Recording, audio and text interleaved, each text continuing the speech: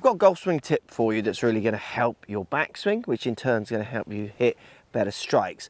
We're going to do it with the iron today, but you can apply this to all other clubs as well. And I want to talk about a common pattern that we see between pros and amateurs in relationship to arm swings. If you imagine your arms are being picked up and turning and moving, bending, straight, whatever around your body, while at the same time your body is rotating and tilting. So your arm swing in relationship to your body turn. And what we see from amateurs is this real kind of distinct pattern of relatively small shoulder turns, but quite big arm swings, where we see the arms getting kind of buried across the chest. We see the arms then kind of breaking down, the club folding at the top. This often causes what I call bounce back. So the club bounces back. This is why we often see it kind of bounce back on paths that people can't control. Where what we see from some of the world's best is much more definition at the top of their backswing. They're using different speeds when they get there and different speeds as they move into the downswing, believe it or not, with a handle, but it's encouraged by some more definition, some more stretch, and some better relationships between arm swing, so my arms moving, and my body swing. Now, by having a better arm swing, body swing relationship, what you tend to find is people have a better syncing up of the club face.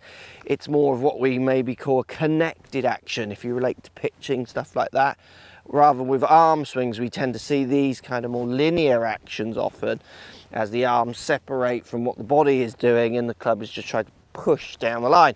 This actually causes, as the body does still rotate, these kind of swings where the club just comes straight across the ball.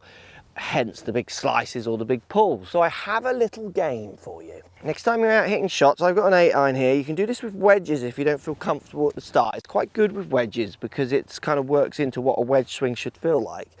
But I want you to start thinking, how far can I hit the ball while making the smallest arm swing possible?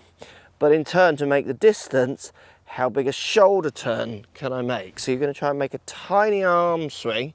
So I'm not really pulling my arms back independent of my shoulders, but I'm going to make a big shoulder turn. And what you're going to find is that you get some very big stretches. And players who are good at this, who can overdo it, so if you look at my practice swing where I'm kind of overdoing, I'm doing big shoulder turn and the arms are just stuffed out this side of me. What you find when they go to hit a shot is they don't actually do that. So they exaggerate it in the practice swing. They get used to trying to feel that they're actually gaining energy, power from their body turn and stretch, rather than trying moving their arms really quick.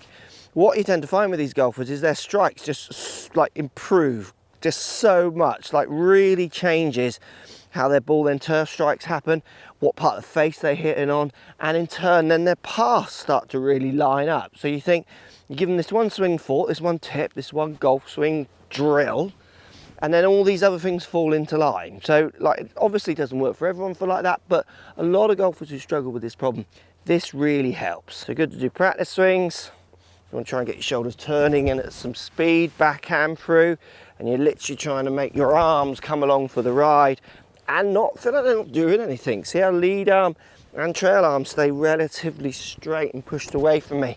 Obviously when you make your normal swing, trail arm will bend, that will happen. Lead arm can relax a little bit as well. But the feeling of a huge shoulder turn with hardly any arm swing is going to create such different strikes, such different shots, such different distances, that you're going to find that you can get power, energy and direction so much more from what this is doing.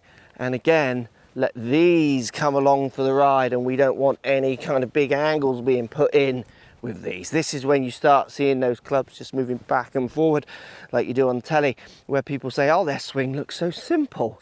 Well, swings look simple when they are. If I make a rotated, tilted turn with my upper body, the arms don't really do much else. They just come along for the ride. Guess what? Looks really simple. What you see from a lot of club players, a lot of amateurs, lots of beginners, is they want to put angles in as they turn and twist, and that's when we start seeing the things where it's looping around and it doesn't look simple. Big shoulder turn, big body turn, still putting those tilts in there, still making sure you're tilted down towards the ball with your shoulders. Small arm swing. I use this with so many beginner golfers, it's ridiculous, because they're very linear armsy, and you'll be amazed how many experienced players I use it with to get that definition and strike into their game. Now remember, you can do this with any club, so irons or drivers, even wedges like I said earlier. Now if you want to go into more depth with these ideas, remember to subscribe to my free weekly newsletter, link in the description down below. But if you want to stay on YouTube and do a little bit more learning with me, check this video out, which will help you with your timing.